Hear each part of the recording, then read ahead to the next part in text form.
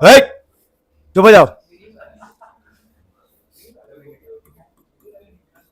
सो प्यारे बच्चों, स्टार्ट करने जा रहे हैं इलेक्ट्रिक चार्जेस एंड फील्ड।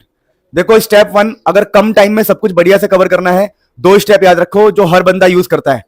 आज तक जीवन में मैंने भी यही दो स्टेप यूज किए हैं।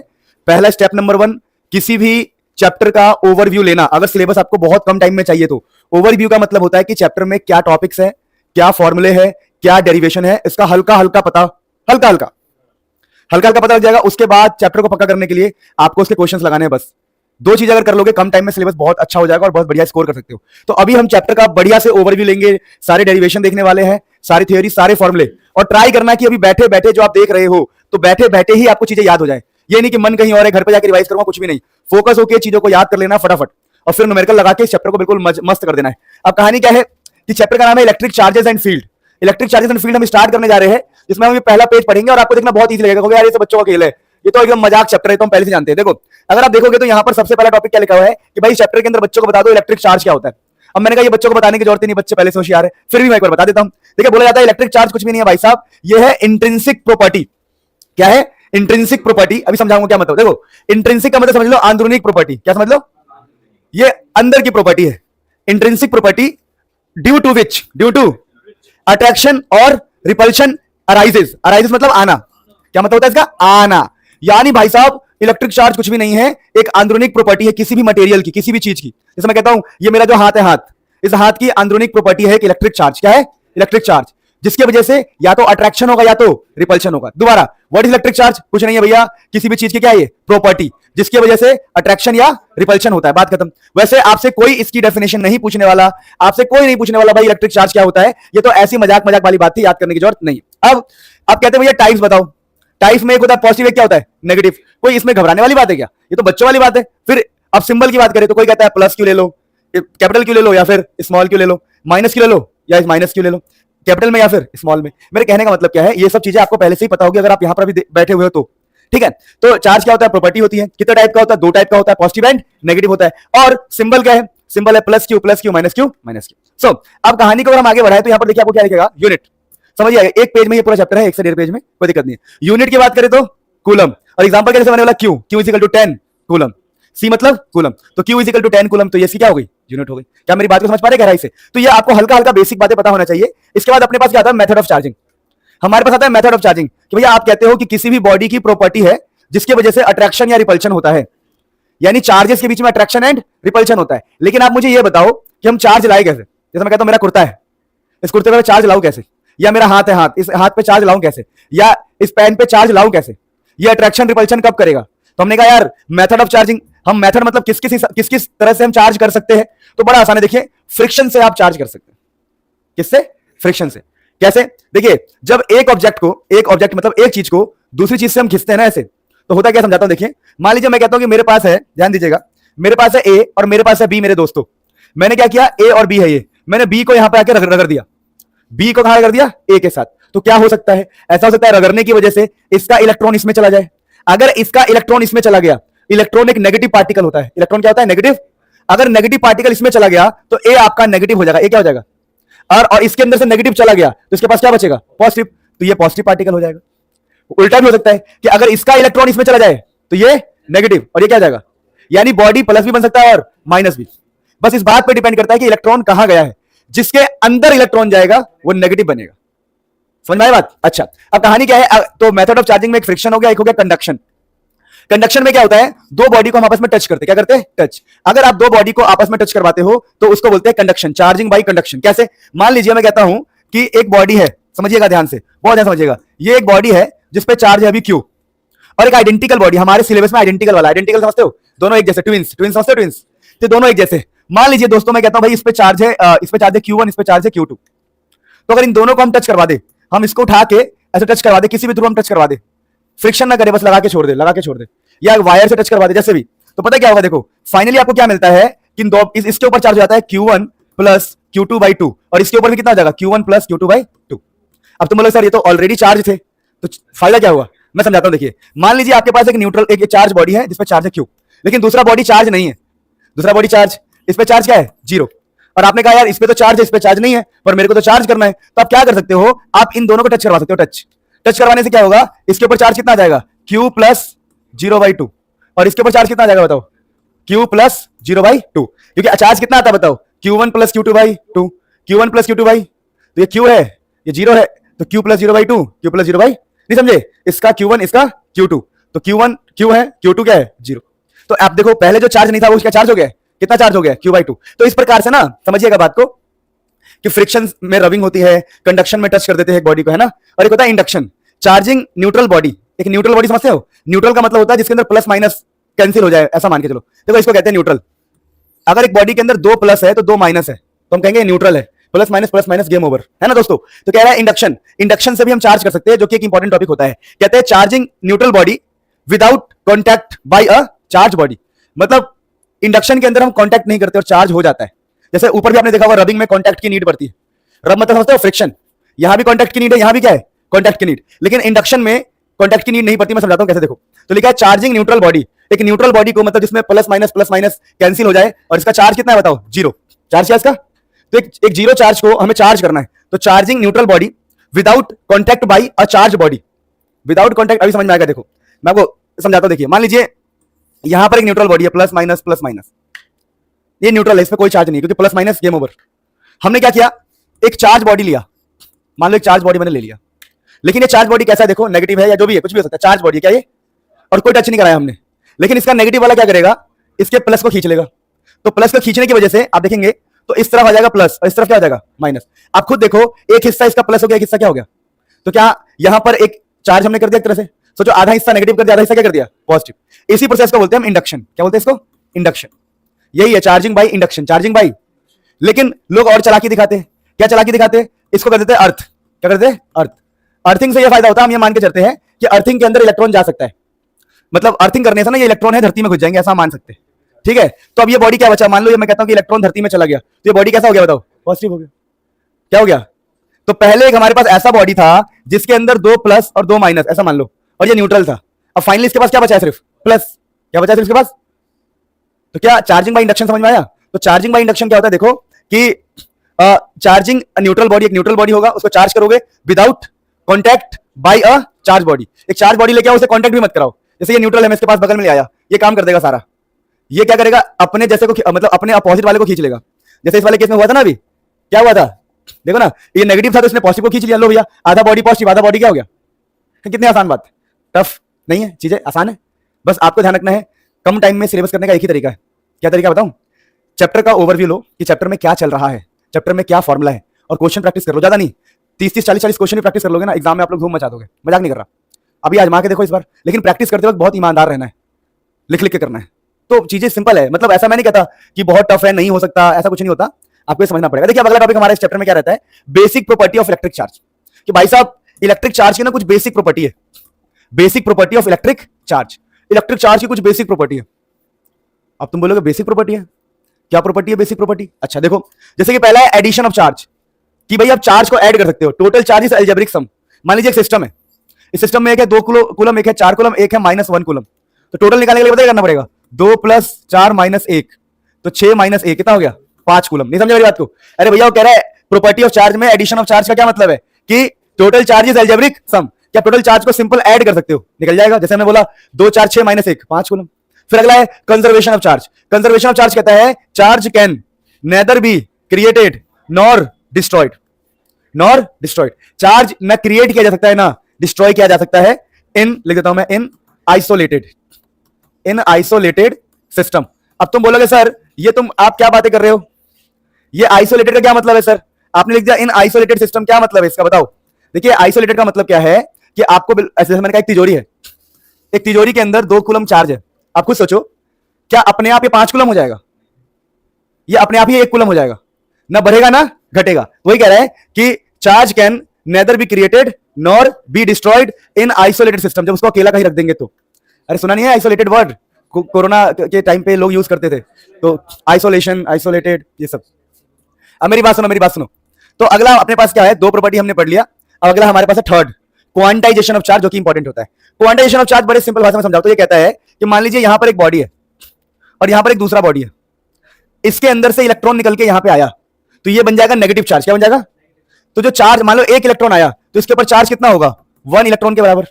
मान लो 2 इलेक्ट्रॉन आया तो चार्ज कितना होगा? 2 इलेक्ट्रॉन के बराबर। मान लो 10 इलेक्ट्रॉन आया तो चार्ज किसके बराबर होगा? 10 इलेक्ट्रॉन के बराबर। समझे मेरी बात को? तो किसी बॉडी पर चार्ज कितना हो सकता है? या तो वो 1 इलेक्ट्रॉन के बराबर होगा, या तो 2 3 4 10 जितने इलेक्ट्रॉन डालोगे उसके बराबर होगा, ये कहता है बस। तो क्वांटाइजेशन ऑफ चार्ज कहता है कि चार्ज ऑन अ बॉडी, पढ़िए एक बार, charge on a body always equal to the integral multiple of charge on 1 electron.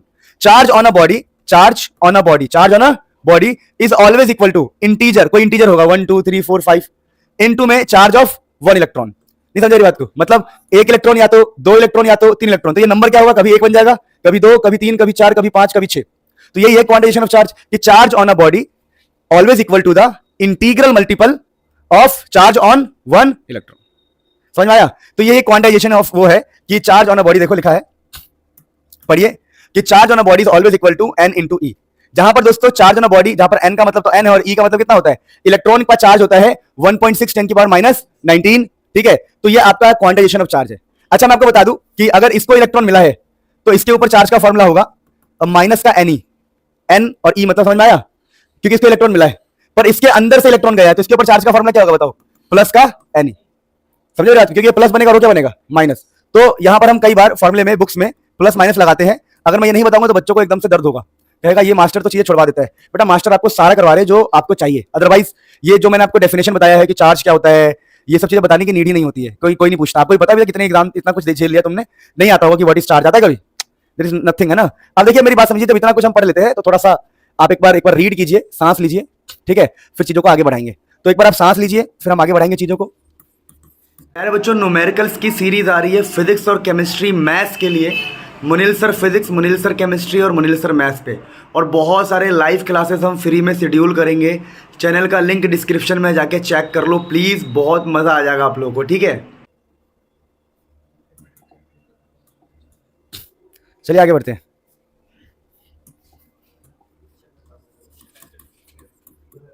देखिए अब ना हम कूलम्स लॉ पे आ गए हैं। कूलम्स लॉ तो मुझे लगता है हर बच्चे को आता होगा। कूलम्स लॉ कहता है इफ 2 पॉइंट चार्जेस, अगर यदि हमारे पास 2 पॉइंट चार्जेस है, समझना मेरी बात को। मैंने कहा भाई हमारे पास 2 पॉइंट चार्जेस है, हमने कहा भाई ठीक है, हमारे देखो यहाँ पर एक Q1 और एक Q2 है, दिख रहा है आपको? ये प्लस है माइनस है कोई फर्क नहीं पड़ता, या तो इनके पास अट्रैक्शन होगा या तो रिपल्शन होगा। तो कह रहा है if 2 point charges Q1 and Q2 are separated by a distance r, अगर उनके बीच में डिस्टेंस कितना है? r, इन वैक्यूम, वैक्यूम मतलब जहां पर कुछ भी नहीं है, अर्थ के बाहर है हम लोग, ठीक है? द मैग्नीट्यूड, मैग्नीट्यूड मतलब value, the magnitude of the force between them is given by, कि भैया इनके बीच का जो फोर्स होगा is given by first force is directly proportional to Q1 Q2, यानी कि फोर्स इन दोनों के मल्टीप्लीकेशन पे डिपेंड करता है। अगर Q1 इंटू Q2 ज्यादा होगा तो फोर्स भी क्या होगा?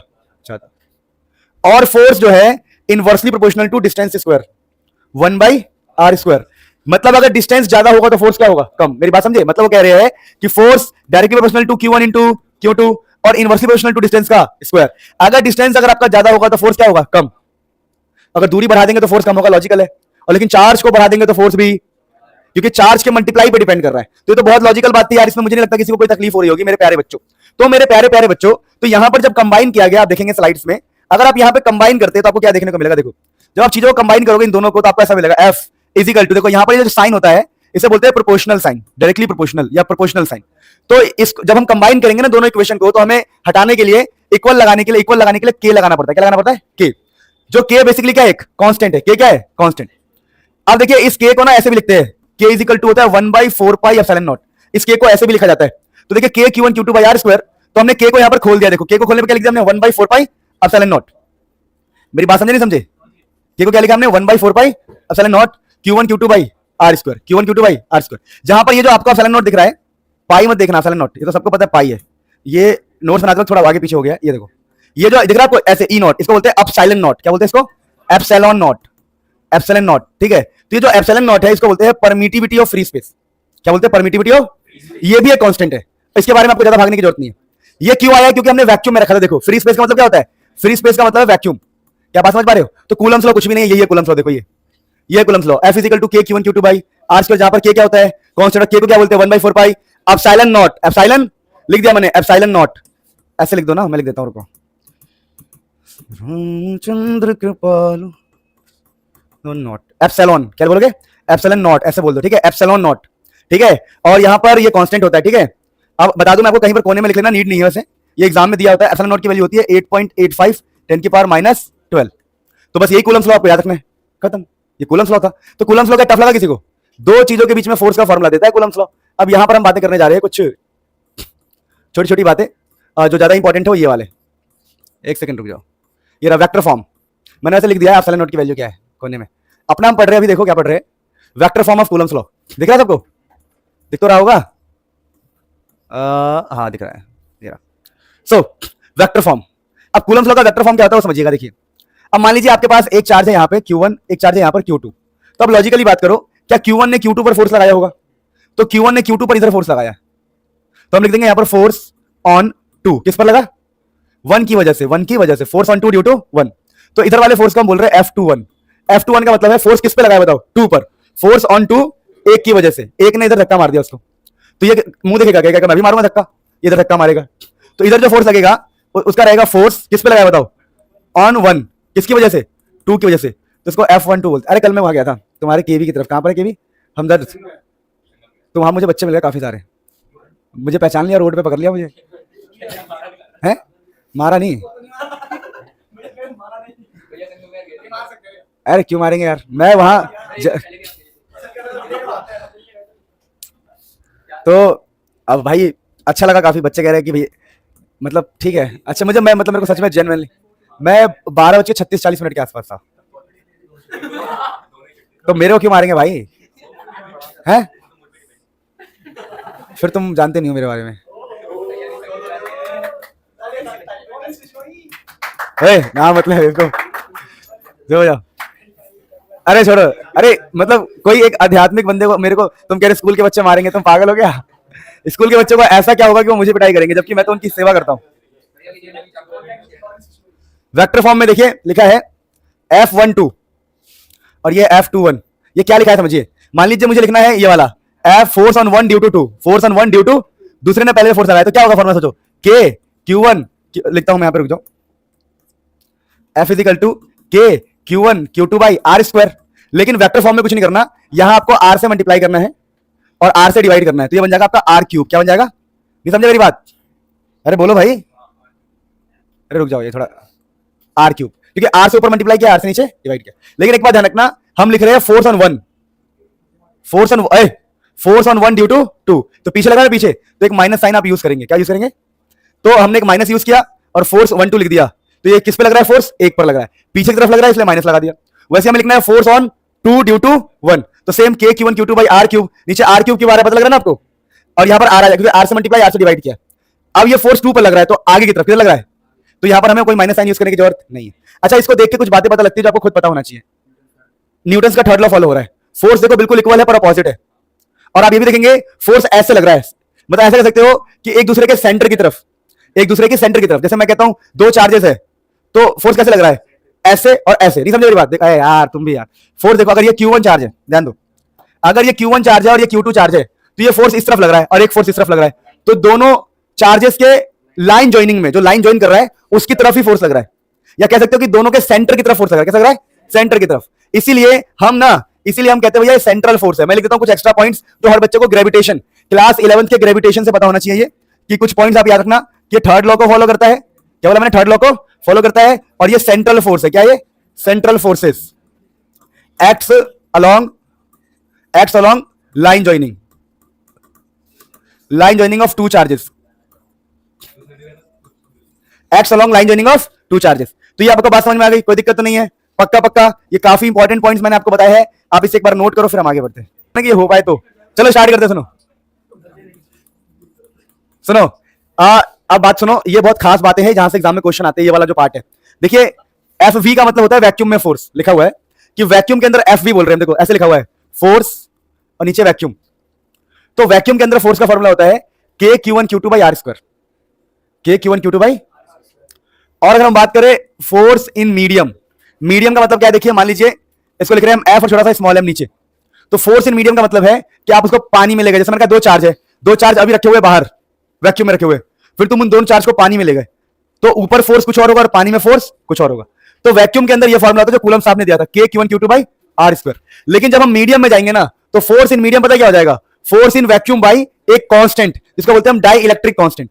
अब तुम बोलोगे यार ये डाई इलेक्ट्रिक कांस्टेंट क्या होता है, ये होता है मीडियम का। किसका होता है, जैसे हमने पानी डाला पानी में, तो पानी का एक डाई इलेक्ट्रिक कांस्टेंट होगा, समझे, हर किसी का एक डाई इलेक्ट्रिक कांस्टेंट होता है। यानी पहले वाले फोर्स को, जो वैक्यूम वाला फोर्स है, उसको डाई इलेक्ट्रिक कांस्टेंट से डिवाइड करना पड़ेगा। मैं एक एग्जांपल देता हूं ताकि तुम समझ पाओ। उसने कहा कि यार दो चार्जेस है और वो वैक्यूम में रखे हुए हैं और उनके बीच में फोर्स है मान लो 80 न्यूटन।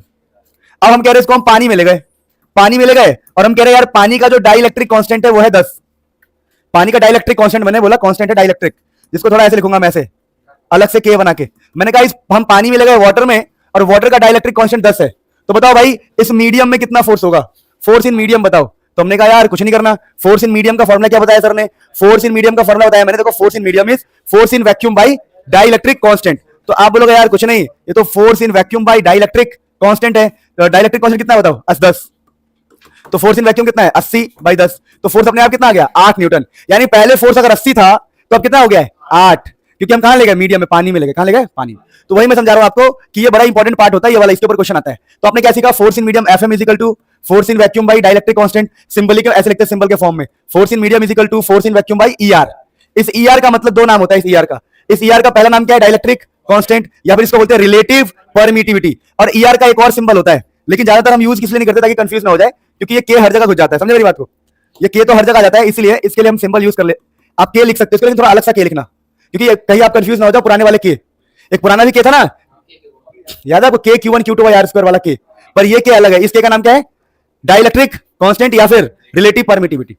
मेरी बात नहीं समझे, मैं कह रहा हूं ER को हम के भी बोलते हैं, तो ये आप मन में याद रखना बस।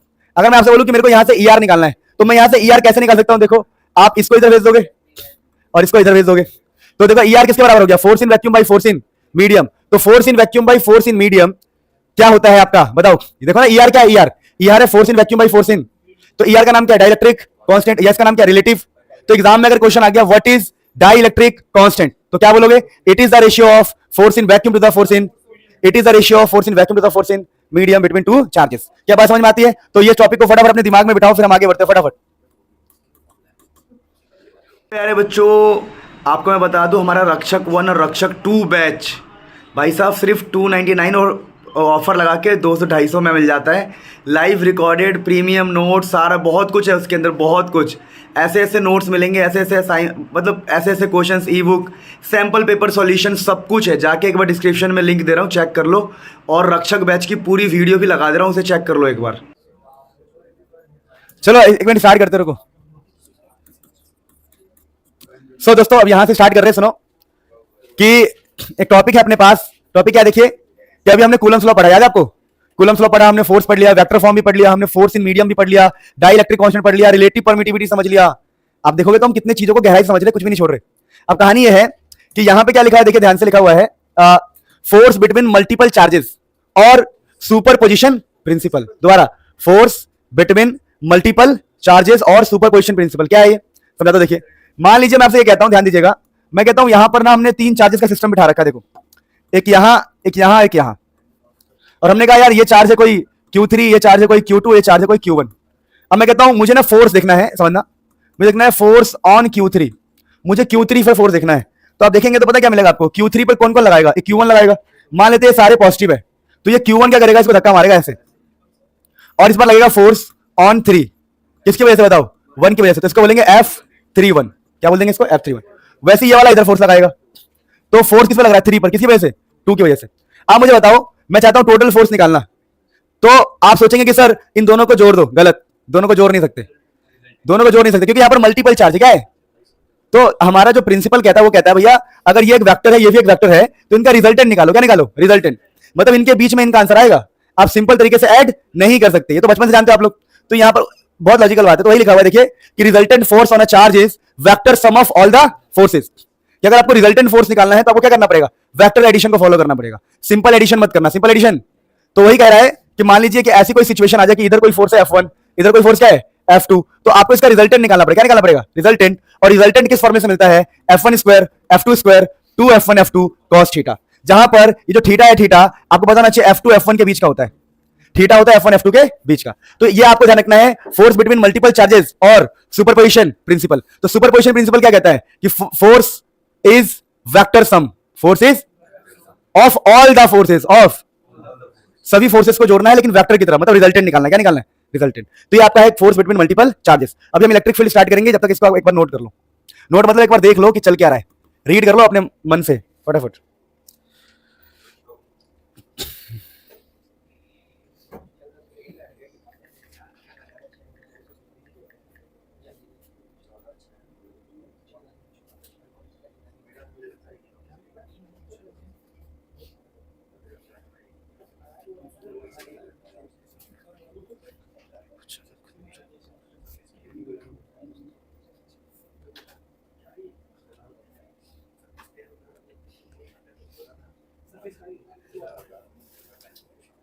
हो गया दोस्तों?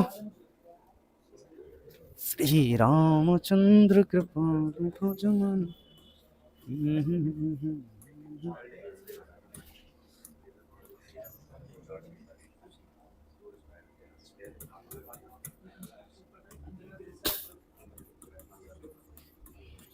चलो स्टार्ट करते हैं।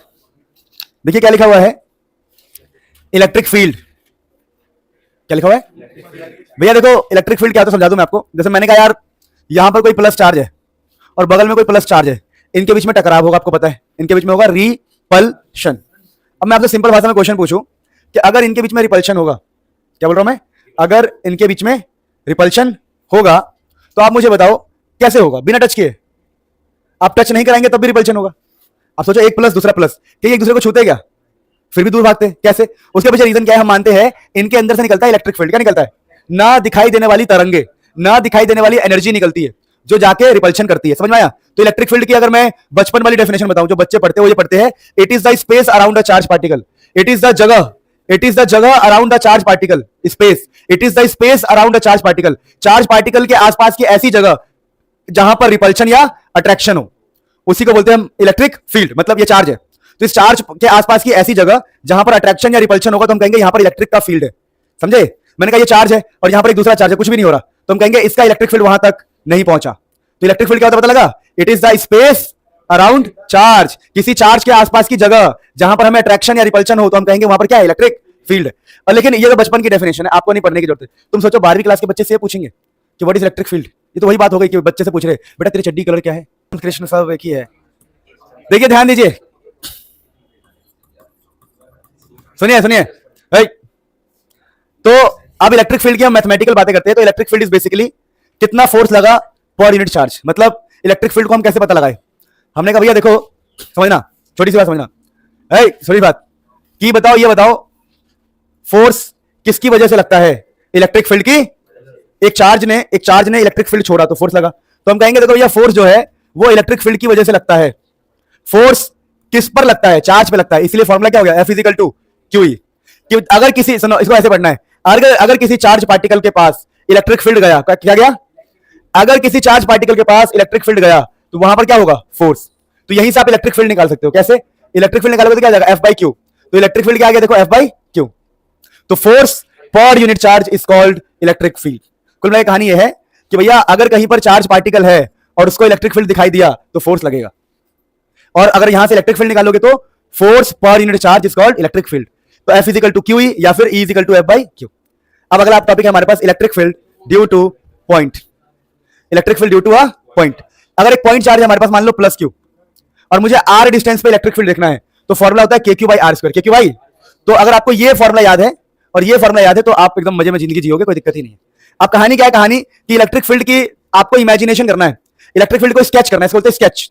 क्या चल रहा है? स्केच। तो अगर हम इलेक्ट्रिक फील्ड को स्केच करें तो आपको दिखाई देगा कि अगर कोई प्लस चार्ज होता है, ध्यान दो, अगर कोई प्लस चार्ज होता है तो उससे निकलने वाली इलेक्ट्रिक फील्ड ऐसे होती है, बाहर निकलती है। अगर एक माइनस चार्ज होता तो उसमें इलेक्ट्रिक फील्ड ऐसे घुस रहा होता। तो इलेक्ट्रिक फील्ड प्लस से निकलता है, माइनस में घुसता है। तो इलेक्ट्रिक फील्ड प्लस से निकलता है, माइनस में घुसता है। फिर मतलब अगर एक प्लस है और माइनस है तो ऐसे हम सेपरेट सेपरेट बना सकते हैं।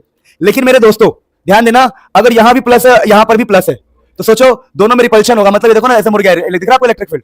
ये कह रहा है कि दोनों से ही निकलेगा, तो ये दोनों से निकलेंगे तो टकरा सकते हैं, टकराएंगे नहीं, मतलब ऐसे दोनों एक दूसरे से दूर भागेंगे। क्या भागेंगे? दूर। अरे नहीं समझ पा रहे यार?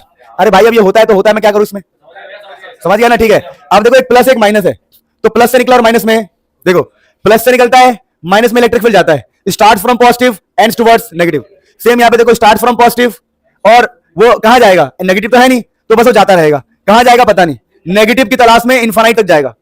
देखो यहां पॉजिटिव से शुरू हुआ, अभी नेगेटिव की तलाश में जाएगा, कहां जाएगा पता नहीं, इन्फानाइट तक चला जाएगा, कोई दिक्कत नहीं। पर यहां पर एक प्लस है, एक माइनस है, यहां एक प्लस है, एक बस प्लस को माइनस दिखा लो भैया, समझे मेरी बात को? तो वही वाली बात है, प्लस से निकलता है माइनस में जाता है। अब एग्जाम में क्वेश्चन आएगा कि इलेक्ट्रिक फील्ड कभी ऐसा क्यों नहीं होता कि प्लस से निकल के इसमें घुस जाए, तो नहीं, इसको बोलते हैं क्लोज लूप। क्या बोलते हैं? इलेक्ट्रिक फील्ड कभी क्लोज लूप नहीं बनाता। क्या बोला मैंने? इलेक्ट्रिक फील्ड कभी क्लोज लूप नहीं बनाता, क्योंकि वो प्लस से निकल के प्लस में नहीं आ सकते। इलेक्ट्रिक फील्ड प्लस से निकल के प्लस में दोबारा नहीं आ सकता, इसीलिए इलेक्ट्रिक फील्ड कभी क्लोज लूप नहीं बनाता। क्या मेरी बात समझ पा रहे हो? कोई दिक्कत तो नहीं है? तो इस प्रकार से हमने छोटी छोटी बातों को जाना, आप इसे नोट कीजिए या समझ लीजिए, फिर हम आगे बढ़ते हैं। लिखा है properties of electric field lines. क्या लिखा है? ये पढ़ते हैं, देखो ध्यान दो। अब ध्यान देंगे। अभी हम देखने जा रहे हैं properties of electric field lines. क्या देखने जा रहे हैं? Properties of electric field lines. देखिए, जो हम इलेक्ट्रिक फील्ड लाइंस पढ़ रहे थे, जो प्लस से निकल रहा था आपको, प्लस से निकल रहा था, माइनस में जा रहा था, उसकी क्या खासियत है भाई, प्रॉपर्टी क्या है? तो पहली प्रॉपर्टी देखिए, starts from the positive and ends at negative. भाई साहब, वो पॉजिटिव से स्टार्ट होगा, नेगेटिव में जाएगा, बताया था मैंने। फिर टेंजेंट गिव्स डायरेक्शन। क्या मतलब है? अगर मैं कहूं कि भैया ये मेरा इलेक्ट्रिक फील्ड वो है, ये मेरा इलेक्ट्रिक फील्ड है, तो आप मुझे ये बताओ कि इस पॉइंट पर इलेक्ट्रिक फील्ड किस तरफ है, इस पॉइंट पर इलेक्ट्रिक फील्ड किस तरफ है? तो आप बोलोगे यार बड़ा आसान तरीका है, आप टेंजेंट खींच लो। टेंजेंट मतलब ऐसे, नहीं समझे? मैं कहता हूं यहां पर इलेक्ट्रिक फील्ड किस तरफ होगा, तो यहां पर इस तरफ होगा, तो tangent gives direction. Tangent gives direction, जो डायरेक्शन है वो टेंजेंट से पता लगता है। किससे पता लगता है? टेंजेंट से। अच्छा, और देखिए, और क्या लिखा है? Never intersect. क्या लिखा है? Never intersect each other because at the point of intersection. बता रहा हूं, समझ, पढ़ लेना खुद से, सुनो। वो कह रहा है अगर दो फील्ड लाइंस है तो वो कट नहीं करेगी। अगर वो कट करेगी, इंटरसेक्ट करेगी, तो इस पॉइंट पे ना दो डायरेक्शन होंगे। देखो, एक ही पॉइंट पे हम कहेंगे इधर और इधर, देखो एक पॉइंट पे दो डायरेक्शन कभी नहीं हो सकता है। तो ये लिखा है कि never intersect each other because at point of intersection will be two direction which is not possible. वो कभी कट करेंगे ही नहीं, कट करते ही उनके दो डायरेक्शन आएंगे, दो डायरेक्शन, जो पॉसिबल नहीं होता। ठीक है, फिर आगे लिखा है do not form close loop. Electric field कभी ऐसा नहीं होता कि प्लस से स्टार्ट हुआ और प्लस में घुस गया। हो सकता है क्लोज लूप का मतलब ये होता है कि जहां से स्टार्ट किया वहीं पे आ गए। इलेक्ट्रिक फील्ड ऐसा नहीं कर सकता। क्यों नहीं कर सकता बताओ? क्योंकि वो स्टार्ट होता है पॉजिटिव से और जाएगा नेगेटिव पे। ठीक है, सो आगे लिखा है, ये इंपॉर्टेंट है, देखिए अगला कौन सा गिरा? Always perpendicular to the surface of conductor, if not there will be current. देखिए, इलेक्ट्रिक फील्ड ना सरफेस के जो कंडक्टर होता है, कंडक्टर मान लीजिए यहाँ पर एक लोहा है, ये कोई लोहा है, लोहा, तो इस लोहे के सरफेस पे ना इलेक्ट्रिक फील्ड परपेंडिकुलर होता है। क्योंकि अगर परपेंडिकुलर नहीं होता ना तो हमें अपने आप ही करंट लगता, बिना किसी तार के, बिना किसी बैटरी के हमें करंट लगता। ठीक है, तो ये कॉन्सेप्ट होता है कि अगर करंट नहीं लग रहा है, इसका मतलब इलेक्ट्रिक फील्ड परपेंडिकुलर होगा। आप बस इतना याद रखो, आपको पीएचडी नहीं करना है। फिलहाल क्या है? प्रॉपर्टीज है ना। अब मैं कहता हूं कि भाई कोई खाना खाता है तो खाता है, किसी को लीची पसंद है तो पसंद है। मेरी बात नहीं समझे? वही वाली बात है, always perpendicular to the surface of conductor. Electric field हमेशा सरफेस ऑफ कंडक्टर के परपेंडिकुलर होगा। इफ नॉट, अगर ऐसा नहीं हुआ, देयर विल बी करंट, वहां पर क्या होगा? करंट।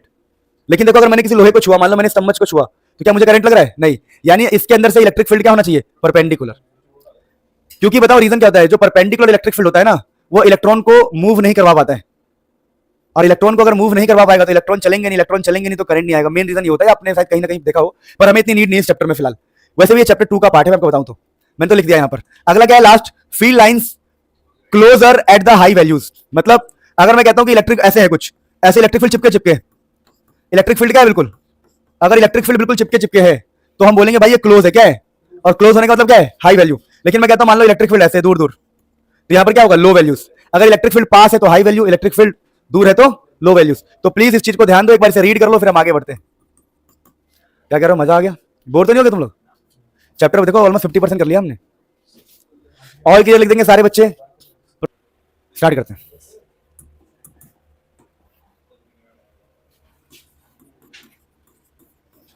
देखिए दोस्तों, अभी हम स्टार्ट करेंगे इलेक्ट्रिक डाइपोल से। देखिए, डाइपोल को समझना बड़ा आसान है।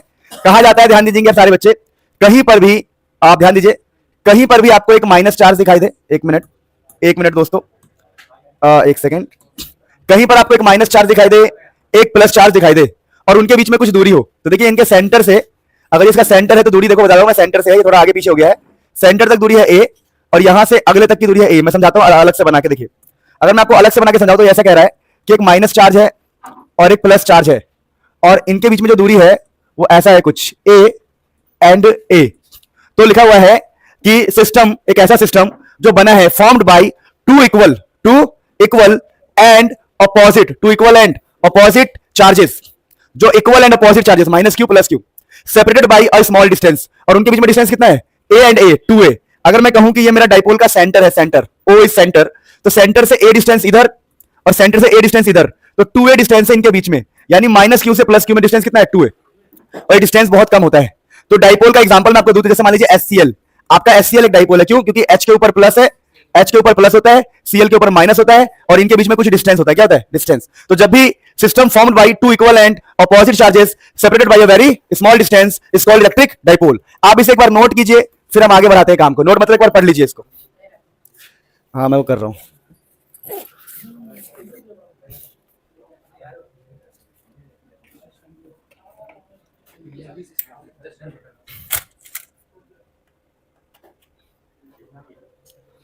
चलिए हो गया, आगे बढ़ते हैं। इसी बहाने चैप्टर तो खत्म होगा, कुछ तो हो बेहतर से बेहतरीन। चलो स्टार्ट करते हैं। अब देखो अगला जो हमारा टॉपिक रहता है वो होता है डाइपोल मोमेंट। देखिए डाइपोल मोमेंट क्या होता है, कुछ भी नहीं, आप अपने डाइपोल को देखिए दोस्तों, एक डाइपोल में है माइनस क्यू प्लस क्यू, तो कुछ नहीं करना, दोनों में से कोई भी चार्ज ले लो, दोनों बराबर चार्ज है, तो आप आइदर चार्ज ले लो, या तो माइनस क्यू या प्लस क्यू, और उसको इनके बीच के डिस्टेंस से मल्टीप्लाई कर दो। तो कुछ नहीं किया, मैंने चार्ज ले लिया क्यू, दोनों सेम ही तो है वैल्यू, माइनस प्लस लेना, दोनों सेम है, तो चार्ज ले लिया क्यू, और डिस्टेंस कितना है 2a, यहां से लेके यहां तक का डिस्टेंस है 2a, इन दोनों के मल्टीप्लाई को हम बोलते हैं डाइपोल मोमेंट। क्या बोलते हैं? तो पढ़िए, लिखा है प्रोडक्ट मतलब मल्टीप्लाई ऑफ आइदर चार्ज, दोनों में से कोई भी charge, and distance between them, उनके बीच का डिस्टेंस और चार्ज का मल्टीप्लाई करोगे तो डाइपोल मोमेंट आएगा। डाइपोल मोमेंट की खास बात क्या है कि डाइपोल मोमेंट एक वेक्टर क्वांटिटी होता है। तो ये जो चीज है पी वेक्टर, डाइपोल मोमेंट का सिंबल क्या होता है? P vector.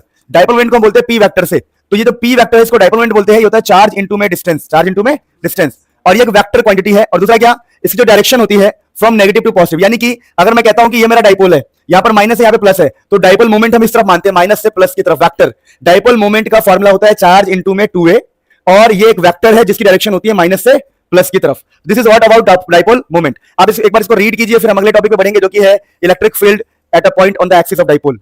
आप इसको एक बार रीड कीजिए, फिर हम आगे बढ़ते हैं।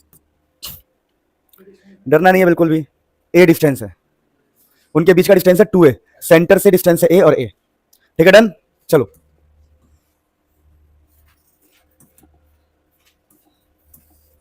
ध्यान दो, स्टार्ट करते हैं। देखिए स्टार्ट करते हैं, छोटी सी बात, क्या स्टार्ट करने जा रहे हैं आप ध्यान देंगे तो, कि यहां पे क्या लिखा हुआ है ध्यान दीजिए, कि हमें टॉपिक पढ़ना है। टॉपिक का नाम है electric field at a point on the axis of a dipole. आप जैसा कि जानते हैं दोस्तों कि जो डाइपोल होता है, डाइपोल वो चार्ज से मिलकर बना होता है। जैसे कि देखिए यहां पर एक माइनस क्यू चार्ज आपको दिख रहा होगा, यहां पर आपको प्लस क्यू चार्ज दिख रहा होगा, तो हमें पता है कि कहीं पर भी चार्ज हो तो उसके आसपास इलेक्ट्रिक फील्ड होता है, हम बात कर चुके। अब दोस्तों यहां पर हमें क्या देखना है कि अगर ये माइनस चार्ज है प्लस चार्ज है, तो इन दोनों की वजह से इस पॉइंट पर कितना इलेक्ट्रिक फील्ड होगा। तो हम पढ़ रहे हैं electric field at a point on the axis of a dipole. ये जो पॉइंट है उसको बोलते हैं हम एक्सिस, जो एम पॉइंट है उसको बोलते हैं एक्सिस, या इसी का नाम होता है एक्सियल पॉइंट। तो हमें एक्सियल पॉइंट पे क्या निकालना है? Electric field. तो हमने कुछ काम किया, हमने कहा देखो सेंटर है O, और O से डिस्टेंस कितना है बताओ? A, और O से इधर भी कितना डिस्टेंस है? A, यानी सेंटर से दोनों चार्ज A पर रखा हुआ है। हमने कहा हमें यहां पे निकालना है, तो हमने सेंटर से, ध्यान देना, सेंटर दिख रहा है आपको? सेंटर से ये वाली डिस्टेंस आपको दिख रही है रेड, ये डिस्टेंस हमने माना है R। समझना, मैं दोबारा इसको मार्क कर दूं थोड़ा अलग कलर से ताकि आपको समझ में आए कि इस डिस्टेंस को हम R कह रहे हैं, ये डिस्टेंस ध्यान रखना R। तो आप मुझे ये बताओ, ऑटोमेटिक मुझे आप ये बताओ, ध्यान दो, ये वाला डिस्टेंस कितना होगा खुद सोचो? A, नहीं समझे? अगर नीचे O से इस तरफ A है, O से इस तरफ ये A है, तो इसके इस तरफ भी क्या होगा? ये A। तो हमने सारी बातों को समझा कि ये हमारा सेंटर ऑफ डाइपोल है, सेंटर ऑफ डाइपोल से R डिस्टेंस पे M पॉइंट है, जहां पर जिसको बोलते हैं हम, क्या बोलते हैं बताओ? जिसको बोलते हैं एक्सियल पॉइंट। यहां हमें इलेक्ट्रिक फील्ड निकालना है। तो कैसे निकालें इलेक्ट्रिक फील्ड? तो एक बार हम माइनस चार्ज की वजह से निकालेंगे और एक बार प्लस चार्ज की वजह से निकालेंगे। तो चलो हम फटाफट दिखाते हैं आपको कि चल क्या रहा है यहाँ पे। तो दोस्तों आप ध्यान से समझिएगा कि अगर आप इलेक्ट्रिक फील्ड निकालोगे, electric field due two plus charge, क्या लिख रहे हैं हम? ऐसे लिखा हुआ है देखो, electric field due two plus charge. कि हम पॉजिटिव चार्ज की वजह से निकाल रहे हैं, तो आंसर आएगा KQ by R minus A का होल स्क्वायर। क्यों भाई? क्योंकि इलेक्ट्रिक फील्ड का फॉर्मुला ही होता है KQ बाई डिस्टेंस का स्क्वायर। अब आप खुद सोचो, अगर हम पॉजिटिव चार्ज की बात करें तो ये डिस्टेंस कितना निकल के आएगा? देखो ये पूरा डिस्टेंस ऊपर वाला R है, दिख रहा है आप लोगों को? ध्यान दीजिए प्लीज, अगर आप देखेंगे पता नहीं दिखेगा कि नहीं दिखेगा, ये पूरा डिस्टेंस है r और ये डिस्टेंस कितना है a, तो ये कितना बचेगा देखो, यहां से लेके यहां तक ये बचेगा आपका r माइनस a। आप खुद इमेजिन करना कि यहां से लेके यहां तक है r, यहां तक कितना है a, तो ये कितना बचा r माइनस a। तो अगर हम पॉजिटिव चार्ज के लिए इस पॉइंट की स्टडी करेंगे तो आंसर क्या आएगा, k क्यू बाई डिस्टेंस का स्क्वायर, तो k into Q by r minus a का होल स्क्वायर। फिर हम माइनस चार्ज के लिए हम बोलेंगे electric field due to minus charge हम निकालना चाहते हैं, और आप तो क्या करेंगे हम, देखो ये वेक्टर लगा रहा हूं बस, तो के क्यू बाई डिस्टेंस का स्क्वायर, तो माइनस चार्ज से इस पॉइंट तक का डिस्टेंस अगर आप चाहोगे तो देखो ये r है, क्या ये, और ये है a, तो पता कितना हो जाएगा r प्लस a का, तो हम कहेंगे अच्छा मतलब ये होगा r प्लस a का होल स्क्वायर। और फिर यहां एक माइनस साइन क्यों लगाया सोचो, क्योंकि ये नेगेटिव चार्ज के लिए इलेक्ट्रिक फील्ड को बुलाएगा, ये पीछे बुलाता है इलेक्ट्रिक फील्ड को बुलाएगा ना, ये माइनस के अंदर इलेक्ट्रिक फील्ड आएगा, तो माइनस के अंदर आने का मतलब कि इलेक्ट्रिक फील्ड इस तरफ आएगा और इस तरफ आएगा मतलब पीछे आएगा, तो माइनस साइन। तो ये r प्लस a कैसे समझ में आया कि जब आप यहां से माइनस क्यू से m का डिस्टेंस देखोगे तो ये वाला तो r हो गया और ये क्या जाएगा a, तो ये पूरा होगा r प्लस a। अभी भी नहीं समझ में आया, अब तो आ गया, तो K Q by are minus ए का होल स्क्वायर, के क्यू बाई आर प्लस ए का होल स्क्वायर। लेकिन आप खुद देखो आई कैप मैंने क्यों लगाया, सोचो आई का मतलब होता है आगे और माइनस आई का मतलब क्या होता है पीछे, तो आप सोचो क्या इन दोनों को जोड़ने के बाद हम आंसर निकाल सकते हैं, हाँ जी। तो जब इनको हम जोड़ने जाएंगे दोस्तों तो आप खुद देखिए, ध्यान से समझिएगा, देखिए ध्यान से, ई नेट कैसे निकालेंगे, तो यहाँ के क्यू बाई आर माइनस ए का होल स्क्वायर, यहाँ पर क्या बताओ के क्यू बाई आर प्लस ए का होल स्क्वायर, क्यों माइनस क्यों क्या दोनों को, क्योंकि एक माइनस और एक क्या है प्लस, एक इलेक्ट्रिक फील्ड आगे एक इलेक्ट्रिक फील्ड क्या है पीछे, तो यहां से हमें क्या मिल जाएगा, नेट इलेक्ट्रिक फील्ड, क्या मिल जाएगा, नेट इलेक्ट्रिक फील्ड का मैग्नीट्यूड वैल्यू मिलेगा। अब देखिए सॉल्व करने का तरीका बता रहा हूं, आपको इसको रटना पड़ेगा क्योंकि इसमें मैथमेटिक्स लगती है। स्टेप 1 आप के क्यू को बाहर ले लेंगे, दोनों में है इसलिए, तो के क्यू को हमने बाहर ले लिया। जब आप बाहर ले लेंगे तो आपको बचेगा 1 बाई आर माइनस ए का होल स्क्वायर, यहाँ पर 1 और आर माइनस ए, यहाँ बचेगा 1 बाई आर प्लस ए। अगला स्टेप होता है क्रॉस मल्टीप्लाई करना, आप इसको यहाँ भेजेंगे, इस वाले को यहाँ भेजेंगे और इन दोनों को आपस में मल्टीप्लाई करेंगे, इसको बोलते हैं क्रॉस मल्टीप्लाई। तो क्रॉस मल्टीप्लाई करते आपको ऐसा नजर आएगा, फिर आप आर प्लस ए का होल स्क्वायर खोलेंगे, आर माइनस ए का होल स्क्वायर खोलेंगे, जब ये सारा कुछ खोलेंगे तो ऐसा बन जाएगा।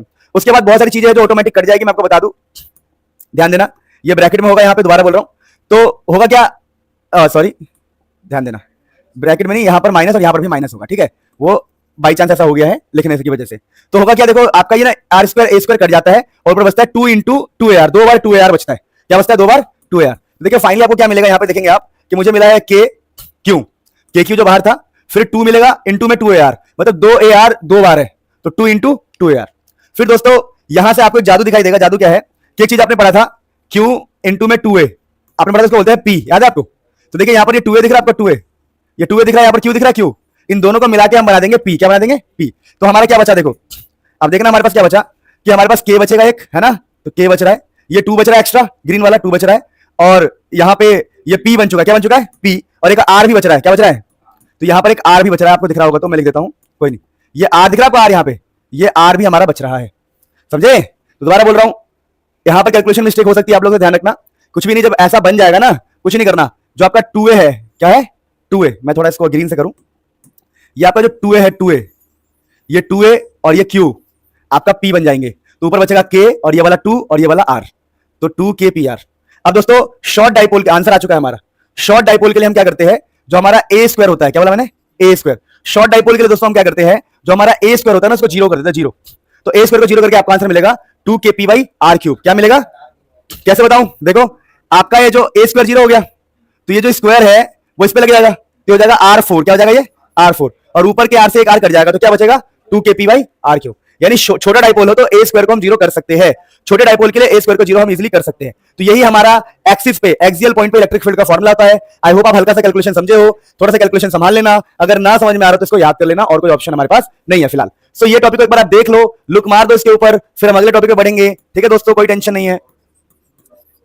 देखो ये तो गलत बात है, चलो।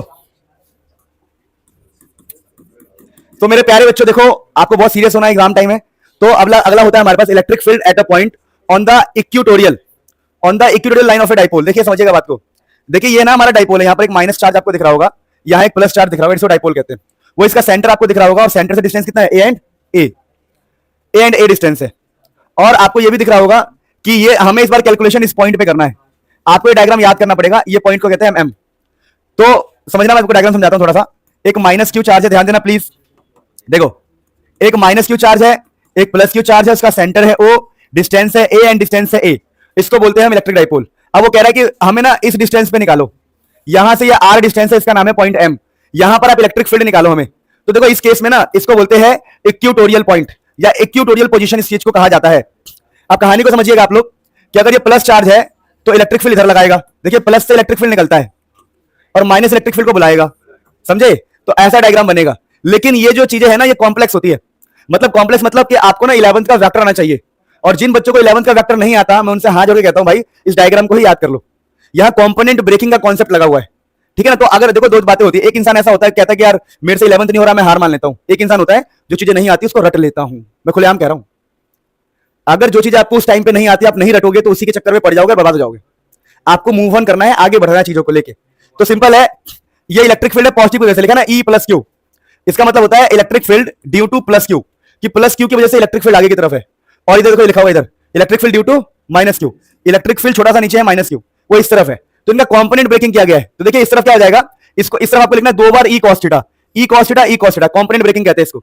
और आपको ऊपर लिखना है एक बार ई साइन थीटा और नीचे क्या लिखना है एक बार। तो यहां पर देखिए ई साइन थीटा और ई साइन थीटा आपस में कैंसिल हो जाते हैं, तो हमारे पास पीछे की तरफ बस आंसर मिलता है 2 बार ई कॉस थीटा। तो हम कहेंगे यार देखो दोस्तों, यहां पर हमारा जो आंसर निकल के आएगा ना, जो नेट हमारा जो नेट इलेक्ट्रिक फील्ड है पीछे की तरफ है, देखिए ई नेट हमारा है 2 बार ई कॉस थीटा, वो भी पीछे की तरफ, माइनस आई कैप की तरफ। दिख रहा है आप लोगों को? बात समझे? आप तो कुछ भी नहीं करना है दोस्तों, अब तो चीजें बहुत आसान है। कैसे? आप 2 की जगह 2 छोड़ दो, सुनो 2 की जगह आपने 2 छोड़ दिया, दिख रहा है आप लोगों को? आप ई की जगह पर इलेक्ट्रिक फील्ड की वैल्यू पुट करेंगे। कैसे? देखो 2 की जगह 2 है, ई की जगह इलेक्ट्रिक फील्ड। अब देखिए इलेक्ट्रिक फील्ड का जो फॉर्मुला दोस्तों होता है के क्यू बाई डिस्टेंस का स्क्वायर। क्या होता है? के क्यू बाई। अब डिस्टेंस कहां से लाए भाई? तो डिस्टेंस देखो ये रहा, हमें चार्ज से कहां तक का डिस्टेंस चाहिए? इस पॉइंट एम तक का। आप समझ पा रहे, फील कर पा रहे? हमें क्या चाहिए बताओ? हमें चार्ज से लेकर इस पॉइंट तक का डिस्टेंस चाहिए। आप खुद सोचो, ये डिस्टेंस होता है ए मेरे दोस्तों, और ये डिस्टेंस होता है हमारा आर। क्या होता है? ये ए होता है, ये आर होता है। तो भाई साहब ये जो हाइपोटेनियस है वो ऐसे निकलेगा, ये रहा under root A square R square, और यही तो हमारा डिस्टेंस है। तो इलेक्ट्रिक फील्ड का फॉर्मूला क्या होता है? के क्यू बाई डिस्टेंस का स्क्वायर। यानी जब हम इसका स्क्वायर करेंगे ना तो रूट कट जाएगा, और क्या बचेगा बताओ? A square plus R square. तो इलेक्ट्रिक फील्ड का फॉर्मूला क्या आ गया? K Q by A square plus R square. दिख रहा है आप लोगों को? अरे दिखना तो चाहिए यार, आंखें देखो यार, बड़ा आसान है, आप परेशान हो रहे हो फालतू में। देखो तो K Q by A square plus R square, फिर यहां पर कॉस थीटा। देखो हमने क्या क्या पुट कर दिया, हमने 2 की जगह 2 पुट कर दिया, ई की जगह पर इलेक्ट्रिक फील्ड का फॉर्मूला पुट कर दिया, और कॉस थीटा की जगह पर क्या पुट करेंगे हम? बेस अपॉन में हाइपोटेनियस। तो देखिए अगर आप जानते हैं ट्रायंगल में, तो ट्रायंगल का ये जो थीटा है उसके लिए बेस क्या होगा? ए। बेस क्या होगा? ए, और हाइपोटेनियस क्या है? Under root A square plus R square. ठीक है, स्क्वायर नहीं है इसके ऊपर, स्क्वायर तो उसमें लगता है ना इलेक्ट्रिक फील्ड में, इलेक्ट्रिक फील्ड में स्क्वायर लगता है। हमें सिंपल कॉस थीटा क्या होगा हमारा? बेस अपॉन में हाइपोटेनियस। बेस कितना है? ए, और हाइपोटेनियस क्या बताओ? Under root A square plus R square. और ये माइनस साइन क्यों है बताओ? माइनस आई, क्योंकि इलेक्ट्रिक फील्ड दोनों किस तरफ है? पीछे की तरफ। तो बहुत ही आसान, आप समझ गए खेल। अब इन दोनों को हमें जोड़, इन दोनों को सॉल्व करना है बस, मतलब जो भी चल रहा है। तो देखो यहां पर हमने क्या किया, ऊपर दिख रहा है आपको के क्यू 2, दिख रहा है आपको? के, ये देखो क्यू दिख रहा है आपको, 2 दिख रहा है आपको, और ए दिख रहा है आपको, दिख रहा है आपको? ये बन जाएगा पी। आपको बताना चाहिए 2 क्यू और ए क्या बन जाएगा? पी। पी क्या होता है? चार्ज इंटू में 2 है, चार्ज इंटू में 2 है। तो ये चार्ज है, ये 2 है, ए है, तो क्या बन जाएगा बताओ? पी। तो ऊपर क्या बचा? के पी, के पी, और नीचे देखो बेस सेम पावर है। इसका बेस कितना है और इसका पावर देखो, ये बेस सेम है दोनों का, देखो बेस दोनों का ही सेम है, और इसका पावर 1 है, इसका पावर कितना है? रूट। रूट का मतलब होता है हाफ। तो यहां पर बेस है, एक का बेस, बेस दोनों का सेम है, एक की पावर को 1 मानेंगे, दूसरे का पावर क्या है? रूट। रूट मतलब 1/2। तो बेस सेम पावर कितना हो जाएगा? 3/2। तो इसलिए ना इन दोनों को एक करके हमने 3/2 लिख दिया, और यहां पर माइनस साइन का मतलब है पीछे की तरफ। अगर डाइपोल हमारा शॉर्ट हुआ तो सोचो आपका ए स्क्वायर क्या हो जाएगा? 0। ए स्क्वायर 0 हो जाएगा। अब समझना मेरी बात को, अगर डाइपोल शॉर्ट हो तो ए स्क्वायर 0 हो जाएगा, ध्यान देना प्लीज। और जब हमारा ए स्क्वायर 0 हो जाएगा तो इस 2 से ये 2 कट जाएगा, और नीचे क्या बचेगा? R cube. तो हमें मिल जाएगा केपी बाई आर क्यूब, और माइनस का मतलब है कि हमारा जो इलेक्ट्रिक फील्ड है वो पीछे की तरफ है। तो आपने इक्वेटोरियल लाइन पर भी इलेक्ट्रिक फील्ड को समझ लिया बहुत आसान तरीके से, और कोई टफ बात है बिल्कुल भी नहीं है। अगर आप देखोगे तो डायग्राम भी बहुत इजी है, सिंपल याद रखना है कि इस तरफ है 2 बार cos थीटा और sin थीटा आपस में कैंसिल कर लेंगे। तो प्लीज अभी से एक बार नोट कर लीजिए या देख लीजिए, फिर हम आगे बढ़ते हैं दोस्तों। क्या ये ई एक्सियल, एक्सियल मतलब याद है ना ऐसे लाइन में, और एक हमने पढ़ा इक्वेटोरियल। इक्वेटोरियल कितना? इक्वेटोरियल का बताओ? इक्वेटोरियल का भी हमने निकाला था केपी बाई आर क्यूब, पीछे की तरफ। तो इनमें देखो फर्क पता है किस चीज का? फर्क है एक डायरेक्शन का, कि एक्सियल वाला आगे होता है और इक्वेटोरियल वाला पीछे, और एक 2 का फर्क है। यानी आप देखोगे तो जो एक्सियल वाला है वो 2 गुना है, लिखा हुआ है जो एक्सियल वाला है वो 2 गुना है इक्वेटोरियल के, एक्सियल वाला 2 गुना है। तो इसको कहते हैं relation between electric field axial and equatorial for short dipole. Chapter अभी तक तो बढ़िया समझाया, मजा आ गया होगा। अब बात देखो, ऐसा भी नहीं लग रहा कि कोई पहली बार पढ़ेगा वो भी समझ जाएगा, अगर थोड़ा मतलब अगर ध्यान दे दे तो। अब देखिए अगला टॉपिक हमारे पास ये होता है, समझिएगा क्या लिखा है, पढ़िए। टॉपिक का नाम होता है, देखिए ध्यान से, कंटिन्यूअस चार्ज डिस्ट्रीब्यूशन। क्या होता है? Continuous charge distribution. यहां पर आपको कुछ चीजें दिखाई देगी। देखो पहले linear charge density. Linear charge density का मतलब पता क्या होता है? देखो, इसका मतलब होता है लैम्डा, जो कि होता है क्यू बाई एल। समझाता हूं इसका मतलब क्या होता है। देखिए कि मान लीजिए आपके पास एक रॉड है, समझिएगा ध्यान से प्लीज, है ना, रिक्वेस्ट कर रहा हूं। आपके पास एक रॉड है ना दोस्तों, और इस रॉड पे आपने क्या किया ना, चार्ज को बिछा दिया ऐसे। क्या बिछा दिया? चार्ज को। तो कितना चार्ज कितने लेंथ पर है, उसका रेशियो, कि आपने कितना चार्ज बिछाया है और कितने लेंथ पर। नहीं समझ रही बात को? कितना चार्ज बिछाया है कितने लेंथ पर, उनका जो रेशियो होता है उसको बोलते हैं लीनियर चार्ज डेंसिटी। कुल मिला के कितनी लंबाई में कितना चार्ज बिछाया है, हाँ, इसको बोलते हैं charge per unit length. Charge per unit length यानी आपने चार्ज को बिछाया है पर कितने लेंथ में बिछाया है उसका रेशियो लो, तो चार्ज पर यूनिट लेंथ को बोलते हैं लीनियर चार्ज डेंसिटी। वैसे होता है हमारे पास सरफेस चार्ज डेंसिटी। मान लीजिए आपके पास एक चादर है, समझिए मेरी बात को, आप वो जो चादर है, चादर वो चार्ज से बना हुआ है, चार्ज को बिछा बिछा के plus plus plus plus plus एक रुमाल बन गया, एक चादर बन गया, मान लो कुछ भी, ये रुमाल है, रुमाल, ये पतली सी रुमाल चादर से बना हुआ है। समझ रहे मेरी बात को? तो हम बोलेंगे कि भाई इसके सरफेस पे, किस पे? सरफेस पे चार्ज है, तो सरफेस चार्ज डेंसिटी, जिसका सिंबल होता है सिग्मा, चार्ज अपॉन में एरिया, चार्ज अपॉन में एरिया। वैसे आपके पास होता है वॉल्यूम चार्ज डेंसिटी, मतलब कि मान लीजिए कि मेरे पास एक तरबूज है, तरबूज, उस तरबूज का हर एक पार्ट चार्ज से बना है, हर एक बीज, जो बीज है वो चार्ज है, मान लीजिए वो बीज जो है चार्ज है, पूरे में बीज है, पूरा चार्ज है, तो हम बोलेंगे वॉल्यूम चार्ज डेंसिटी। क्या बोलेंगे? वॉल्यूम चार्ज डेंसिटी, सिंबल होगा रो, सिंबल क्या होगा? रो, और चार्ज अपॉन में वॉल्यूम, चार्ज अपॉन में, इस सिंबल को बोलते हैं रो, इसको बोलते हैं सिग्मा, इसको बोलते हैं लैम्डा, तो चार्ज अपॉन में वॉल्यूम। ठीक है, तो बात ध्यान रखना। अच्छा, अब हमारा टॉपिक स्टार्ट होगा इलेक्ट्रिक फ्लक्स। एक बार इसको देख लो फिर हम आगे बढ़ते हैं, इसे नोट कर लो फिर हम आगे, यार देख लो इसको एक बार फिर हम आगे बढ़ेंगे। फ्लक्स, गॉस लॉ, चैप्टर खत्म। इसका न्यूमेरिकल हम ले सकते हैं, आज ही लेने की सोच रहा हूं न्यूमेरिकल में, टॉर्क वर्क भी है, भी आएगा, सब आएगा।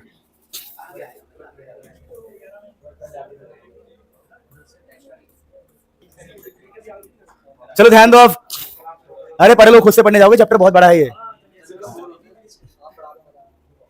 यकीन मानो। चलो स्टार्ट करते हैं यहां से।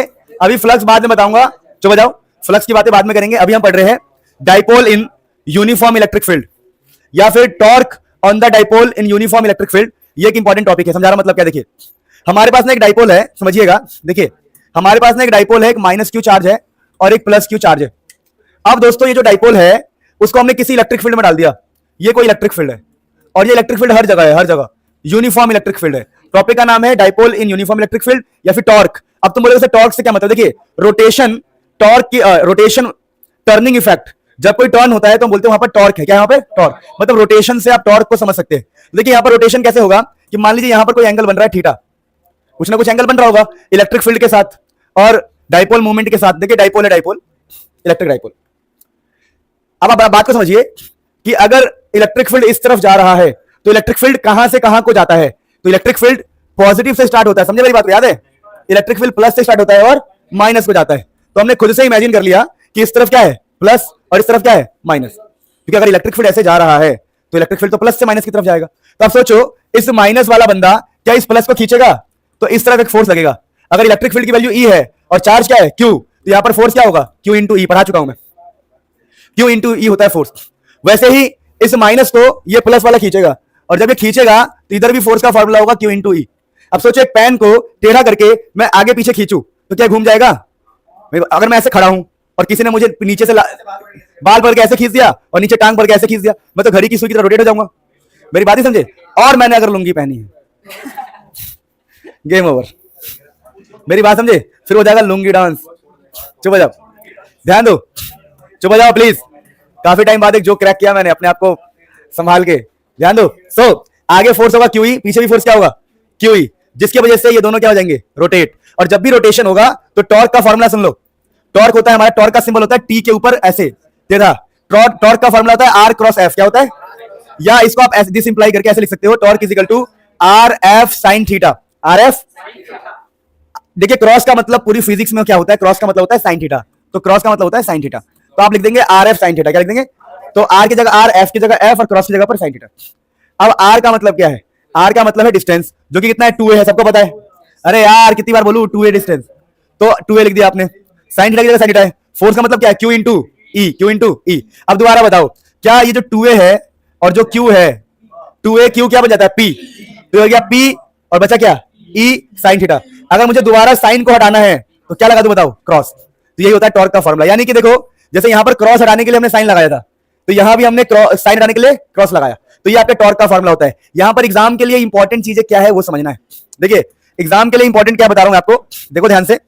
पहला पॉइंट, अगर आपका एंगल 0 डिग्री है, एंगल कितना है, और थीटा या 180 डिग्री है, अगर आपका एंगल, ध्यान दो प्लीज, अरे यार, हाँ, अगर आपका एंगल 0 या 180 है तो टॉर्क मिनिमम होगा और 0 होगा। ये लिखा हुआ है टॉर्क मिनिमम, क्या लिखा हुआ है, टॉर्क मिनिमम 0। भैया एंगल अगर 0 हो जाए, सोचो ये पेन है 0 एंगल पे रखा हुआ है, अब तुम आगे पीछे खींचोगे तो रोटेट होगा क्या, नहीं, या फिर ऐसे रखा हुआ है पेन 180 डिग्री उल्टा करके रखा हुआ है, तब भी आगे पीछे खींचने से कुछ भी नहीं होगा। तो अगर टॉर्क, अगर एंगल 0 है या एंगल 180 डिग्री है तो आपका टॉर्क मिनिमम होगा और 0 के बराबर होगा। अगर एंगल 90 डिग्री है, सोचो ऐसे, ऐसे में कोई नीचे ऐसे फोर्स लगा दे और ऊपर आगे ऐसे खटाक घूमेगा ना, तो इस टाइम पे टॉर्क क्या होगा, मैक्सिमम, और टॉर्क की वैल्यू आएगी पीई के बराबर। क्यों, क्योंकि साइन 90 कितना हो जाएगा बताओ, साइन 90 हो जाएगा 1, साइन 90 होने का आंसर क्या बचेगा, पीई। अच्छा, एंगल अगर 0 डिग्री हो तो स्टेबल इक्विलिब्रियम बोलते हैं, स्टेबल इक्विलिब्रियम, और एंगल आपका 180 हो तो बोलते हैं अनस्टेबल इक्विलिब्रियम। क्या बात समझ पा रहे हो, कोई दुख दर्द कोई चिंता, पक्का नहीं,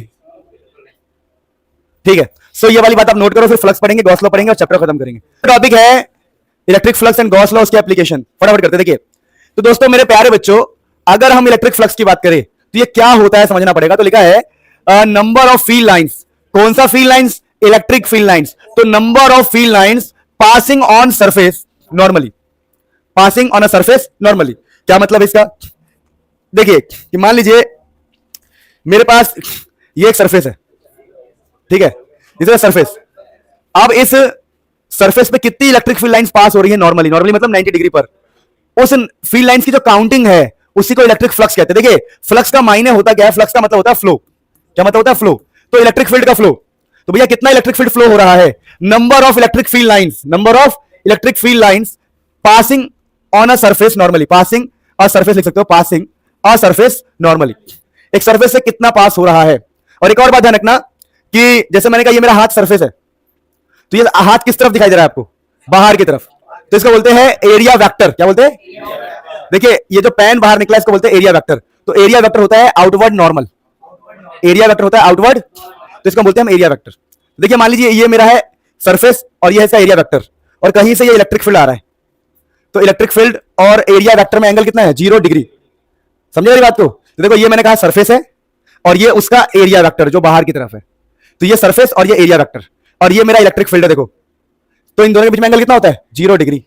ये बात ध्यान रखना। फॉर एग्जांपल मैं आपको क्वेश्चन देता हूं, एक क्वेश्चन ये है कि मान लीजिए यहां पर ये बॉक्स है, समझिएगा, अब इस बॉक्स में मैं कहता हूं कि इलेक्ट्रिक फील्ड इस तरफ है, तो बताओ इस सरफेस का एरिया किस तरफ होगा, इस सरफेस का एरिया है इस तरफ, एरिया वेक्टर, नहीं समझे। लेकिन अगर इस सरफेस के एरिया की बात करें तो वो है इस तरफ। फील करना कभी फील, अगर मैं यहां से देखूं, यहां पर एक सिलेंडर है, क्या है सिलेंडर, तो सिलेंडर का जो सर्कल है, सर्कल मुझे इस तरफ दिखाई देगा, किस तरफ दिखाई देगा, इस तरफ, आउटवर्ड, आउटवर्ड नॉर्मल, बाहर की तरफ। तो अगर मैं इस तरफ देखूं तो बाहर का किस तरफ होगा बताओ, ये है बाहर इस तरफ, तो इसको बोलेंगे हम एरिया वेक्टर। मतलब इलेक्ट्रिक फील्ड तो इधर ही है, इलेक्ट्रिक फील्ड तो, पर इसका एरिया किस तरफ है, पीछे। तो यहां पर दोनों के बीच में एंगल है 180 डिग्री। कितना एंगल है, ध्यान, एरिया वेक्टर समझो, जो बाहर की तरफ दिखाई दे वो होता है एरिया वेक्टर। तो अगर यहां पर एक सर्कल है तो मुझे ऐसे दिखाई देगा ना, तो वो मेरे लिए एरिया वेक्टर है। तो इलेक्ट्रिक फील्ड आगे है, एरिया वेक्टर पीछे है, नहीं समझे मेरी बात को।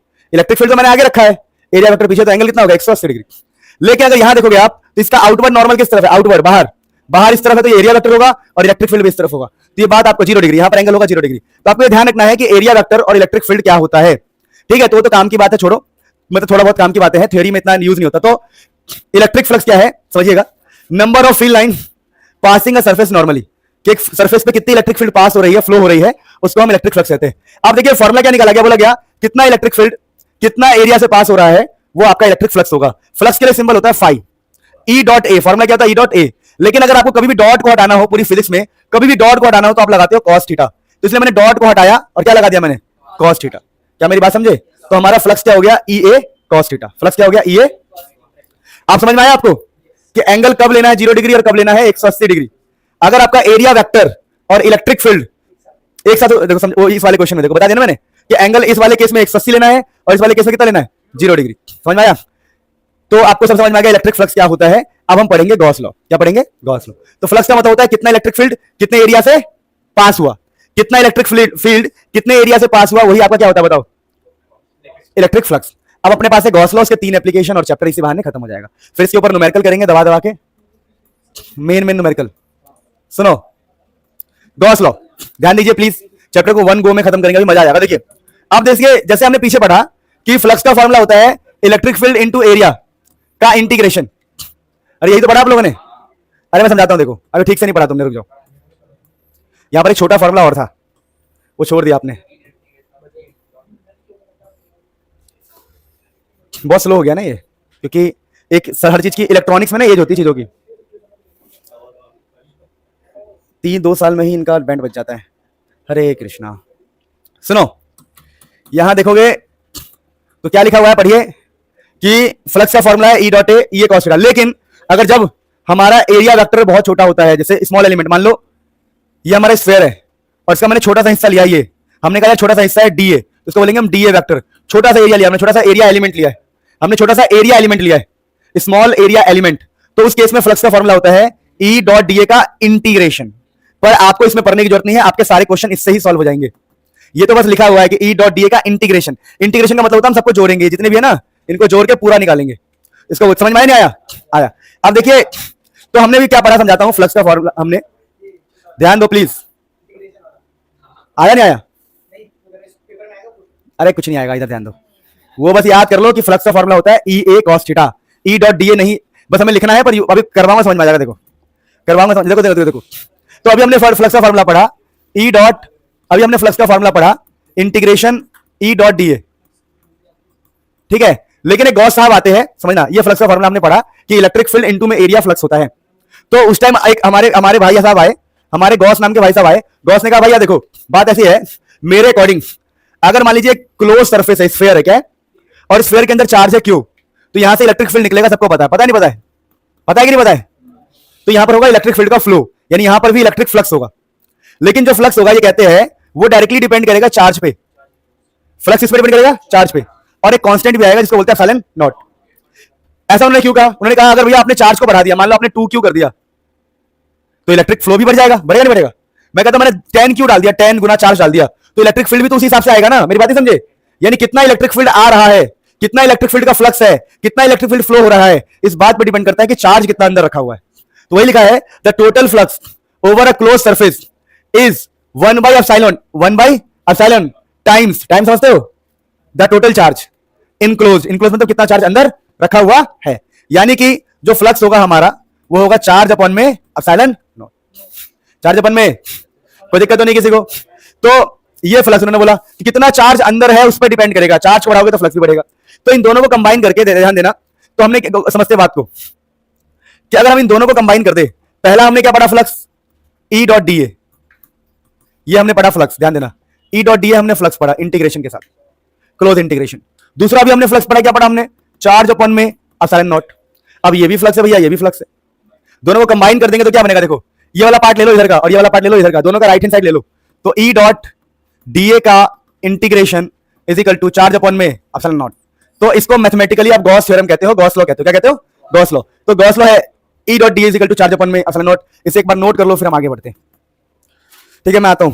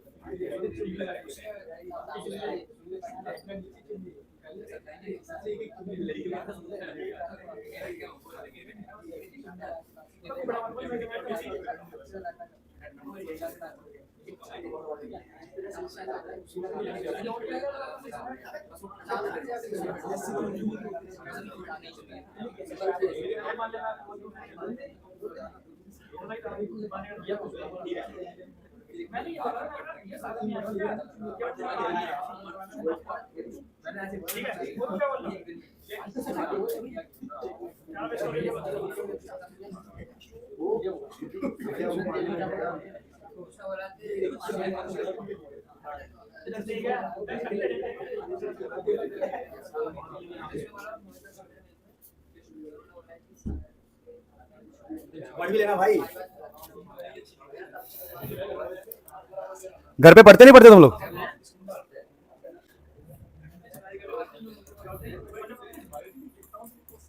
देखिए जब आप ये समझ लेते हैं ना, तो अपने पास अब बहुत आसान चीजें होती है। देखिए इसका एप्लीकेशन, जो भी गॉस लॉ आपने पढ़ा अभी, ई डॉट डी ए का integration, close integration charge upon में एप्सिलॉन नॉट। तो देखिए अपने पास है एप्लीकेशन ऑफ गॉस थ्योरम, ये हमारा लास्ट टॉपिक है इस चैप्टर का। समझिए पहला एप्लीकेशन क्या है, electric field due to infinitely long charge wire. Electric field due to infinitely long charge wire, इसमें क्या है ध्यान दीजिए प्लीज, कि हमारे पास में एक बहुत बड़ा इनफाइनाइट वायर है। हमने कहा यार हमारे पास एक बहुत बड़ा वायर है, ये वायर है। अब हम चाहते हैं कि इस वायर की वजह से यहां पर इलेक्ट्रिक फील्ड निकाले आर डिस्टेंस पे। तो हम क्या करते हैं, जो चार्ज इनफाइनाइटली चार्ज वायर है, फैला हुआ है, यहां पर आपको बता दूं मैं क्या करने वाला हूं, मैं यहां इसके आसपास इसको क्लोज करूंगा। पहले क्लोज क्या कर लूंगा, इसको क्लोज। तो मैं इसको क्लोज करता हूं, गॉसियन सरफेस लेता हूं। देखियो ध्यान दो, तो मैंने क्या किया, ये जो वायर है वायर को एक सिलेंडर में भर दिया। बेटा कोई बहुत बातें कर रहा है और मुझे बहुत नफरत हो रही है तुम लोगों से, और भगा दूंगा, मैं मजाक नहीं कर रहा, लिमिट होती है चीज की। सुनो, ये जो पॉजिटिव पूरा फैला हुआ है, इसको एक सिलेंडर से हमने ऐसे, ये सिलेंडर को बोलते हैं गॉसियन सरफेस, हमने खुद माना है। क्या मतलब होता है इसका, मतलब एक पॉजिटिव लाइन चार्ज, मतलब पूरा एक लाइन फैला हुआ है, लाइन से चार्ज फैला हुआ है, उसको अंदर करने के लिए हमने गॉसियन सरफेस माना। ये हमारा गॉसियन सरफेस है। क्या बोलते हैं इसको, Gaussian surface, cylindrical Gaussian surface. अब हमने कहा यार इलेक्ट्रिक फील्ड बाहर की तरफ होगा, बिल्कुल सही बात है, होगा कि नहीं होगा? अरे यार इलेक्ट्रिक फील्ड तो बाहर की तरफ ही होगा, तो यहां पर जो इलेक्ट्रिक फील्ड है वो बाहर की तरफ होगा, प्लस से इलेक्ट्रिक फील्ड निकलता है। अगर मैं कहूं कि अगर ये सरफेस है तो इसका एरिया भी बाहर की तरफ होगा, आउटवर्ड नॉर्मल, तो दोनों में एंगल कितना है, 0। लेकिन आप एक चीज नोट करना, ऊपर वाला देखो, इलेक्ट्रिक फील्ड तो इस तरफ है, लेकिन इस सर्कल किस तरफ होगा, सर्कल बताओ, ऊपर की तरफ। अगर एक सिलेंडर है यहाँ पे, मान लीजिए मेरे हाथ में ये बोतल है, तो देखो इधर देखो इलेक्ट्रिक फील्ड इस तरफ है, इसका एरिया भी इस तरफ है, आउटवर्ड। पर इस ढक्कन के लिए एरिया किस तरफ है, ऊपर, वही वाली बात। तो यहां पर आपको एक चीज देखने को मिलेगा कि इसका इलेक्ट्रिक एरिया वेक्टर ऊपर है, तो आप यहां पर लिख देंगे, उनको बता देंगे कि भाई साहब यहां पर ना एरिया वेक्टर ऊपर है, डीए ऊपर है, तो इलेक्ट्रिक फील्ड इस तरफ है, तो एंगल बन रहा है 90। कितना बन रहा है? और आपको ये पता होना चाहिए, मैं थोड़ा ठीक से बताऊं आपको। तो अगर इधर है इलेक्ट्रिक फील्ड, कलर कौन सा लेके दिखाई दे, ये लेते हैं। अगर इधर है इलेक्ट्रिक फील्ड और इधर है एरिया, तो एंगल है 90 और cos 90 0 होता है। क्या होता है? इसलिए हम बोल देंगे यहां से फ्लक्स क्या होगा, 0, और यहां से भी एरिया वेक्टर इस तरफ होगा, इलेक्ट्रिक फील्ड इस तरफ है, तो दोबारा एंगल क्या जाएगा, 90, तो यहां भी फ्लक्स क्या होगा, 0। यानी फ्लक्स आएगा सिर्फ यहां से, कर्व से आएगा।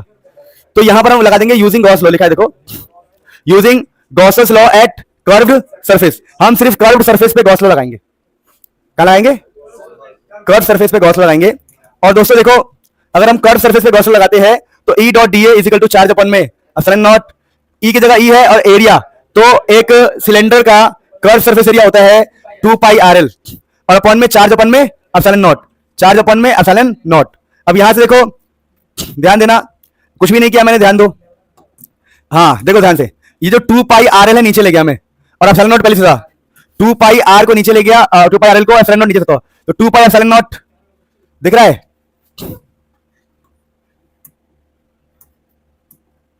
ये 2 पाई एप्सिलॉन नॉट दिख रहा है आपको, और RL भी नीचे आ चुका है। तो यहां पर चार्ज अपॉन में L को ना बोल देंगे लैम्डा। क्या बोल देंगे? तो लैम्डा हो जाएगा चार्ज अपॉन में L, और बचा क्या फिर 2 पाई epsilon not R, 2 pi epsilon not R, यहां ये एप्सिलॉन नॉट है अगर आपको दिख रहा हो तो, 2 पाई एप्सिलॉन नॉट R बचा हमारे पास, ठीक है। तो हमारे पास बचा 2 पाई एप्सिलॉन नॉट R। तो इलेक्ट्रिक फील्ड का फॉर्मूला क्या आ गया, lambda by 2 pi epsilon not R, यानी कि जो इलेक्ट्रिक फील्ड है डिस्टेंस के इनवर्सली प्रोपोर्शनल है, और इलेक्ट्रिक फील्ड निकल किस तरफ है, बाहर की तरफ। तो आप कह सकते हो रेडियस की तरफ निकल रहा है, आर कैप। आर कैप का मतलब है रेडियस की तरफ। देखिए अगर एक सिलेंडर है तो सिलेंडर का रेडियस किस तरफ होता है, इस तरफ, अरे इस तरफ ही होता है ना मूर्खो, तो इलेक्ट्रिक फील्ड भी तो इस तरफ ही है। तो हमने लिख दिया lambda by 2 pi epsilon not, जहां पर क्यू बाई एल का मतलब लैम्डा है, और इलेक्ट्रिक फील्ड डिस्टेंस के इनवर्सली प्रोपोर्शनल है, तो इलेक्ट्रिक फील्ड डिस्टेंस का इनवर्सली का ग्राफ ऐसा आएगा। आई होप आपको ये वाला टॉपिक समझ में आया हो। अब अगला टॉपिक हमारे पास है ये वाला, देखिए electric field due to large non conducting thin sheet. मतलब इस बार हमने क्या किया, एक रुमाल लिया और बहुत पतला रुमाल है, चार्ज से बना हुआ है। तो हमने कहा यार, तो दोबारा हम क्या करेंगे, जो रुमाल है हमारा दिख रहा होगा आपको, रुमाल एकदम पॉजिटिव से बना हुआ रुमाल दिख रहा होगा, इस रुमाल पे हमने 2 गॉसियन सरफेस माने सिलेंड्रिकल। एक सिलेंड्रिकल सरफेस हमने आगे माने, आपको दिख रहा होगा, और एक सिलेंड्रिकल सरफेस हमने क्या माना है, पीछे। आप खुद सोचो, अगर ये एक पॉजिटिव रुमाल है तो क्या इलेक्ट्रिक फील्ड इसके आगे पीछे दोनों होगा? इलेक्ट्रिक फील्ड इधर भी दिख रहा होगा और इधर भी। तो सोचिए यहां पर इलेक्ट्रिक फील्ड है, इस तरफ दिख रहा है आप लोगों को, इस तरफ क्या है, इलेक्ट्रिक फील्ड, और इस तरफ भी क्या है बताओ, इलेक्ट्रिक। अरे यार तुम कितने मूर्ख हो, सोचो अगर मैं आपसे कहूं, ठीक है, ये पॉजिटिव है तो इधर इलेक्ट्रिक फील्ड होगा नहीं होगा, और ये पॉजिटिव है तो इधर इलेक्ट्रिक फील्ड होगा, अरे होगा कि नहीं होगा? पॉजिटिव से इलेक्ट्रिक फील्ड दोनों तरफ होगा। इसका एरिया, अगर सिलेंडर मानू यहां पे सिलेंडर, तो एरिया वेक्टर किस तरफ होगा, आगे, और यहां भी एक सिलेंडर मानू तो एरिया वेक्टर किस तरफ होगा, इस तरफ, समझे? अगर 2 सिलेंडर मानूंगा तो दोनों का एरिया वेक्टर 0 डिग्री बनाएगा ना। तो भाई देखो यार, थोड़ा सा तो आपको कॉम्प्रोमाइज करना पड़ेगा। तो इस बार क्या होगा, हम बोलेंगे 2 बार हमें लगाना पड़ेगा E dot D is equal to charge upon में। पहले सोचोगे सर डीएस क्या लिखा है, डीएस मतलब सरफेस एरिया, डीए के बराबर होता है। अरे डीएस मत लिखो, तुम डीए लिख दो यार, एक ही बात है, डीए डीएस फर्क नहीं पड़ता। तो देखो यहाँ पर हमने 2 बार क्या लगाया, देखो हमने कहा यार यहाँ पर ना हमें 2 बार लगाना पड़ेगा क्योंकि एक आगे और एक पीछे है। तो 2 times E dot D is equal to charge upon में एप्सिलॉन नॉट। तो बताओ ई की जगह ई हो जाएगा, डीए की जगह पर आपको ए लिखना है। तो क्या हो गया 2 ई ए, क्या हो गया ये 2 ए चार्ज अपॉन में एप्सिलॉन नॉट। अब देखो यहां से 2 और ए को नीचे भेज दो, तो नीचे भेज दिया हमने। तो ये जो चार्ज अपॉन में एरिया क्या होता है याद करो, सिग्मा। तो सिग्मा और नीचे क्या है 2 एप्सिलॉन नॉट, तो सिग्मा बाई 2 एप्सिलॉन नॉट। यानी कि अगर मैं समझाऊं, अगर हमारे पास एक पॉजिटिव शीट है, ध्यान दो, ध्यान देना अच्छे से, बड़ा इजी पड़ गया ये। अगर एक पॉजिटिव शीट है हमारे पास तो इसके अंदर से निकलने वाली इलेक्ट्रिक फील्ड की जो वैल्यू होती है वो होती है सिग्मा बाई 2 एप्सिलॉन नॉट। वैसे अगर एक माइनस का हुआ तो, अगर एक नेगेटिव हुआ तो भैया डायरेक्शन बस उल्टा हो जाएगा, ऐसे समझे, नेगेटिव बुलाएगा लेकिन आंसर तो सेम ही रहेगा, सिग्मा बाई 2 एप्सिलॉन नॉट। तो ये हमारा एक डेरिवेशन था जो एग्जाम में आ सकता है। अब थर्ड हमारे पास दोस्तों जो डेरिवेशन होता है, ये रहा देखिए, third electric field due to spherical conducting shell. ये काफी इजी है और एग्जाम में आ भी सकता है। पहले एग्जाम में बहुत ज्यादा आता था, अब नहीं आता, पर बहुत इजी समझा रहा हूं। देखो बस हमें गॉस थ्योरम लगाना होता है। देखिए मैं आपको समझाता हूं, यहां पर बहुत इजी है ये, छोटी सी बात है, बहुत समझिएगा। पहला देखिए, electric field due to spherical conducting shell, मतलब हमारे पास ना एक स्फेयर है और वो कंडक्टिंग है, मतलब वो पॉजिटिव है, और हमें ना इलेक्ट्रिक फील्ड निकालना है। इलेक्ट्रिक फील्ड हमें अलग अलग जगह पे निकालना है। हमें इलेक्ट्रिक फील्ड एक बार तो पहली बात तो हमें इनसाइड निकालना है, अंदर कहीं भी निकालना है इलेक्ट्रिक फील्ड। फिर हमें उसको सरफेस पे निकालना है, सरफेस मतलब यहां, और एक बार हमें बाहर निकालना है इलेक्ट्रिक फील्ड। तो देखिए यहां पर आप देखेंगे 4 इनसाइड। हम बोलेंगे यार अगर वो शेल है, शेल के अंदर कुछ नहीं होता, गूदा नहीं होता, पता आपको, शेल होता है खोखला। तो हम कहेंगे भैया साहब क्या बात कर रहे हो, अंदर तो इलेक्ट्रिक फील्ड ही नहीं है। क्या कह रहे हो, अगर किसी इंसान में दम नहीं होगा तो मैं बोलूंगा तू शेल है, तुझे गूदा नहीं है, साइंस की भाषा में आप भी शेल हो। सुनो ध्यान दो, अरे दोस्तों प्लीज, मेरे दोस्तों प्लीज, 4 इनसाइड हम बोलेंगे देखो E dot D A charge upon में एप्सिलॉन नॉट, पर चार्ज की वैल्यू क्या है 0, अंदर चार्ज है ही नहीं, तो ऑटोमेटिक हमारा आंसर इलेक्ट्रिक फील्ड का क्या आएगा 0। तो अंदर चार्ज नहीं होता इसलिए इलेक्ट्रिक फील्ड क्या होगा 0। एक स्फेरिकल सेल की वजह से हमें अंदर सरफेस और बाहर इलेक्ट्रिक फील्ड निकालना है। अब हम कहेंगे फॉर सरफेस क्या बोलेंगे, E dot D is equal to charge upon में एप्सिलॉन नॉट। तो ई की जगह ई रखेंगे और सरफेस तक का कितना हो जाएगा एरिया, बताओ, डी मतलब एरिया। अगर इसका रेडियस अगर हम आर मानते हैं तो हमारा जो एरिया आएगा वो आएगा 4 पाई आर स्क्वायर। तो हो गया E into 4 pi R square से चार्ज अपन में एप्सिलॉन नॉट। तो ई की वैल्यू कितनी आ गई, ये पूरा 4 पाई आर स्क्वायर नीचे चला जाएगा, तो 4 pi epsilon naught R square, बस हो गया खत्म। अरे हो तो गया ना, ये नीचे चला गया, अरे यार नीचे चला गया, ठीक है। अब बात करते हैं, सुनो, outside, for outside electric field की बात करते हैं। तो मान लेते हैं कि हम यहां पर आ गए आउटसाइड, कहां आ गए, मान लेते हैं डिस्टेंस है स्मॉल आर, डिस्टेंस क्या है यहां से आउटसाइड मतलब कहीं भी बाहर। तो electric E dot D is equal to charge upon epsilon naught, E की जगह ई लिख देंगे, ये मल्टीप्लाई में, ठीक है ना, ई की जगह ई रह जाएगा और ये मल्टीप्लाई है, ठीक है, मैं लिख देता हूं।